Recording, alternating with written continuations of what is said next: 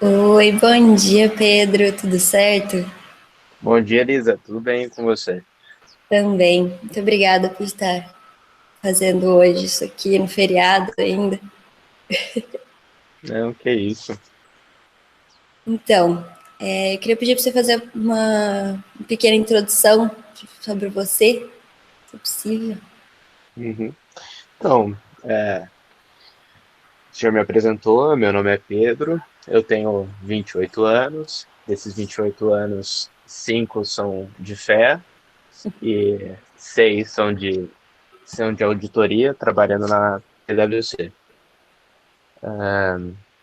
Acho que a PwC foi meu primeiro emprego, então é a minha única experiência profissional além da faculdade, em que as únicas questões com as quais eu tive experiência de mercado foram através da empresa Júnior. Interessante. E você podia contar para a gente um pouco sobre a área que você está trabalhando agora? Uhum. Então, hoje não, desde sempre eu trabalho na auditoria, e hoje eu estou como sênior de auditoria. Então, minhas responsabilidades enquanto auditor é ser o principal intermediário da informação entre a, a empresa PwC e o cliente. Então, eu sou responsável por levar a equipe em campo e coordenar os trabalhos de validação das informações financeiras. Interessante. Muito obrigada. E trabalhando na PwC, você já teve algum momento em que se encontrou um caso de fraude explícita?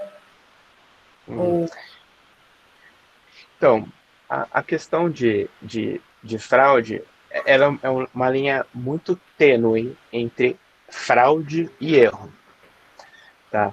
Então, hoje, aspectos de fraude que eu identifiquei, provavelmente vocês observam bastante na sala de aula de vocês, assim, para acontecer fraude, você tem que ter três pilares: incentivo e pressão.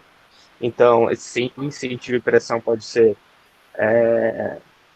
uma remuneração variável, pode ser um orçamento muito muito forçado, que é difícil de atingir. Tem que ter oportunidade. Então, enquanto auditor, a gente avalia todos os processos que garantem segurança da informação.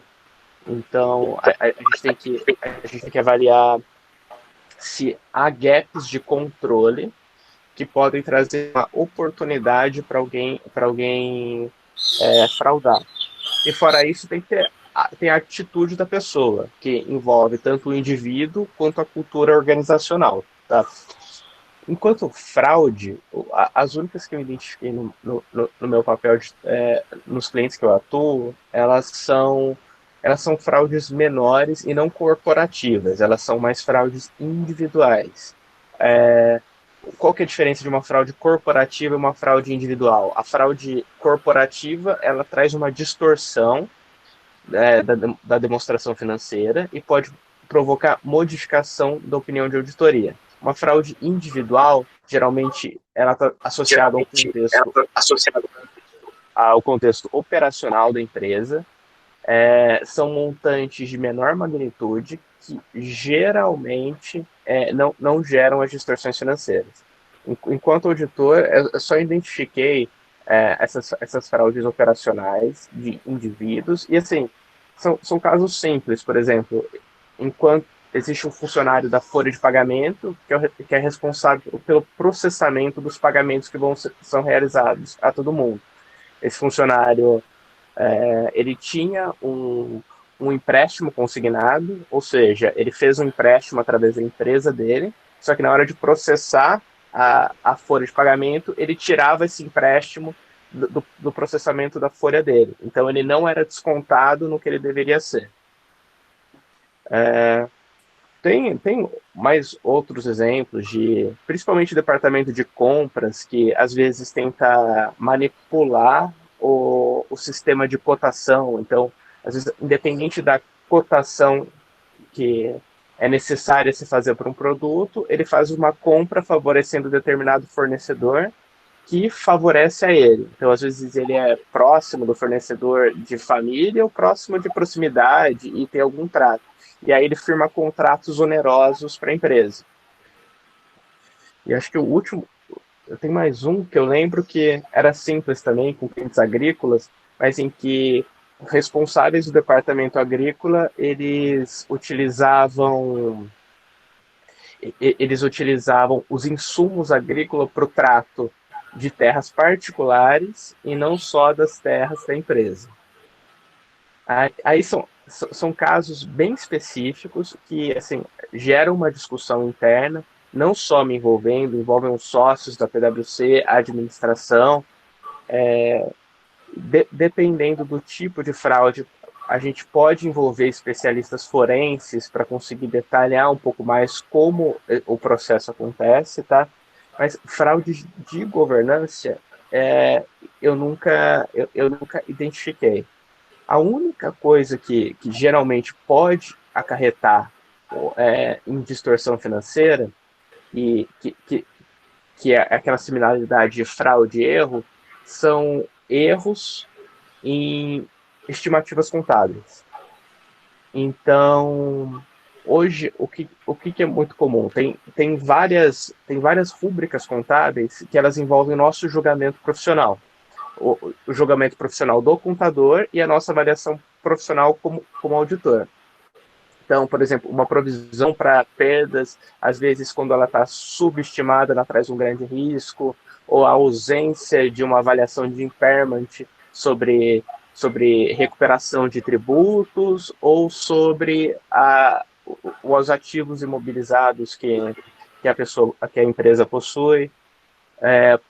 Pode acontecer erros também de estimativa no provisionamento de contingência, de não provisionar tudo o que os advogados entendem como uma probabilidade provável de perda. Então, esses casos, eles são muito. Tudo que envolve estimativa contábil pode gerar distorção financeira relevante. Geralmente, a gente propõe ajustes em relação a esse tema, só que a gente não é bem. Não é a fraude em si. Às vezes há intenção sim, mas geralmente a gente interpreta como um erro em que a gente faz os devidos ajustes, tá? Entendi. Bom, eu ia perguntar, com casos de fraude ou de erro, os passos que a empresa sugere para vocês seguirem são mais ou menos quais? Então, a primeira avaliação que a gente tem que fazer é, enquanto, por exemplo, alguém da minha equipe se identificar alguma coisa, ela tem que se recorrer a mim para eu fazer uma avaliação. Então, eu tenho que chamar as pessoas responsáveis pelo processo, conversar. De repente, essa pessoa não é uma pessoa-chave no processo, então eu tenho que conversar com a pessoa-chave só para entender o fluxo de processo. Entendendo esses fluxos de processo e o porquê isso aconteceu, aí eu tenho que recorrer às alçadas que estão acima de mim. No meu caso, tem ainda acima de mim, para a entrega do projeto, tem um gerente e tem um sócio. Aí a gente marca agenda uma reunião só para discutir, poxa, aconteceu determinado fator, qual que é o grau de. A gente tem que avaliar o grau de exposição da empresa. É uma empresa que tá no mercado, na Bolsa de Valores. É uma empresa que ela responde a algum órgão regulador. Se responde a um órgão regulador, a gente tem que respeitar as diretrizes do órgão regulador nessa comunicação da fraude. Se não, a gente faz avaliação para, de novo, verificar a necessidade de um especialista forense para coletar evidências dessas fraudes, para comunicar à administração com base nas evidências, para depois discutir uma modificação de opinião de auditoria. Tá bom? Entendi, muito obrigada. E qual você acredita que são as dificuldades mais comuns que você tem dentro do seu trabalho? Acho que são são três, acho que tem três dificuldades bastante presentes na vida do auditor. A primeira é o desenvolvimento do relacionamento junto à equipe do cliente, porque nós somos contratados e a gente chega para inspecionar e mapear o funcionamento de todos os processos internos. Então a gente acaba interferindo, participando da rotina de todos os departamentos e algumas das nossas ações ou algumas das nossas recomendações geram mudanças. E acho que não só na auditoria, mas em todo o ambiente, a mudança é muito difícil de acontecer. Assim, não é muito difícil de acontecer, mas é muito difícil de aceitarem a mudança. Porque, embora às vezes a mudança seja para automatizar um processo, para facilitar a operação de alguém, há uma modificação de rotina, essa mudança ela traz um receio em que de imediato as pessoas têm um pouco de receio do auditor. Então, poxa, os auditores estão chegando, os auditores geralmente são chatos da situação, que geralmente nós somos as pessoas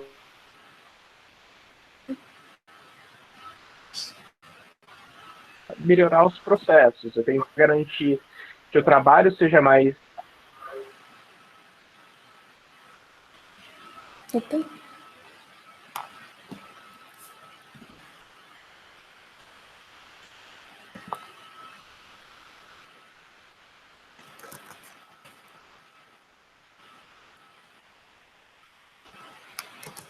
Se estiver me ouvindo, eu vou continuar. Só dá o ok, por favor. Desculpa, deu uma travada. Você pode repetir? Beleza? Deu uma travada. Você poderia repetir, por favor? Está me ouvindo? Tô te ouvindo, sim. Você tá me escutando?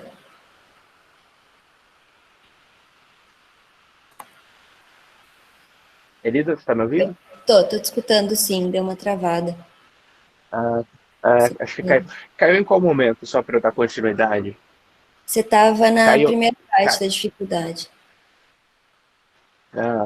Eu tinha Sobre. finalizado a parte da mudança, que é Sim, do finalizar. auditor enquanto. Inimigo. Tá bom. Acho que o segundo ponto que é uma dificuldade são as diferenças de sistemas entre os clientes que a gente atua. Então, a informação ela nunca chega de forma uniforme para a gente. Então, o trabalhar informação, principalmente de sistemas mais antigos, geralmente são uma dificuldade. Como não existe uma padronização de sistemas, as nossas, os nossos métodos de teste podem mudar de acordo com a forma como a gente consegue extrair as informações.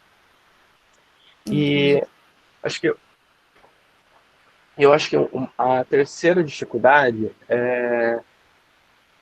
tá muito relacionada à qualidade dos contadores que a gente tem aqui que a gente tem hoje. Porque mesmo atuando em empresas muito grandes, o contador tem assim, pelo menos da minha experiência, assim, ainda são muito atrasados as mudanças das normas técnicas que estão sendo introduzidas ao longo dos últimos anos. Então, geralmente, esses profissionais que eles constantemente não se atualizam, eles tornam o processo de auditoria mais difícil, porque, por exemplo, recentemente atualizou-se o CPC 06 sobre os arrendamentos. O contador que não se atualiza em relação a esse tema, ele, por princípio, na hora de elaboração da demonstração financeira, ele já elaborou uma demonstração financeira errada. E muitas das vezes a gente precisa não, guiar os contadores nesse sentido, porque não há uma busca individual, mas sim, eles dependem ainda de que a auditoria empurre para o desenvolvimento e atualização das novas normas técnicas. Acho que são os três, assim, as três principais dificuldades que eu entendo. Ok, muito obrigada.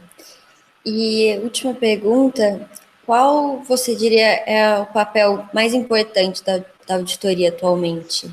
Eu a, acho que a resposta mais óbvia é a transparência, né? É a segurança da informação, principalmente hoje, onde a gente vive um contexto de fake news, então você ter você ter empresas que trabalham para trazer a informação de forma mais clara e de forma mais segura possível é muito importante, porque tem muitos stakeholders envolvidos para a utilização da informação. Só que eu acho que, como complemento também, principalmente por essa questão das atualizações das normas técnicas, hoje o auditor ele tem um papel fundamental também Eita, na. Voltou? voltou, voltou. Só retomando, nesse, nesse, nesse contexto de atualizações de normas técnicas, o auditor tem um papel muito importante na vanguarda da atualização. Então, antes de divulgarem as novas normas técnicas, a gente já está em contato com os órgãos reguladores, já está tentando entender as mudanças, tentando antecipar para os nossos clientes quais são os impactos dessas mudanças. Então, eu acho que tem um papel muito importante também informacional para todo o conjunto de clientes em que a gente atua. A gente tem um papel fundamental nessa, né, nessa atualização e implementação das atualizações. Entendi. Muito obrigada. Muito obrigada por tirar seu tempo para responder. Foi muito esclarecedor. Uhum. Muito Se tiver obrigada. mais alguma dúvida. Então, por enquanto é isso. Tenha um ótimo feriado. Você E também. eu espero que sua carreira continue crescendo muito. Obrigado, Elisa. Parabéns.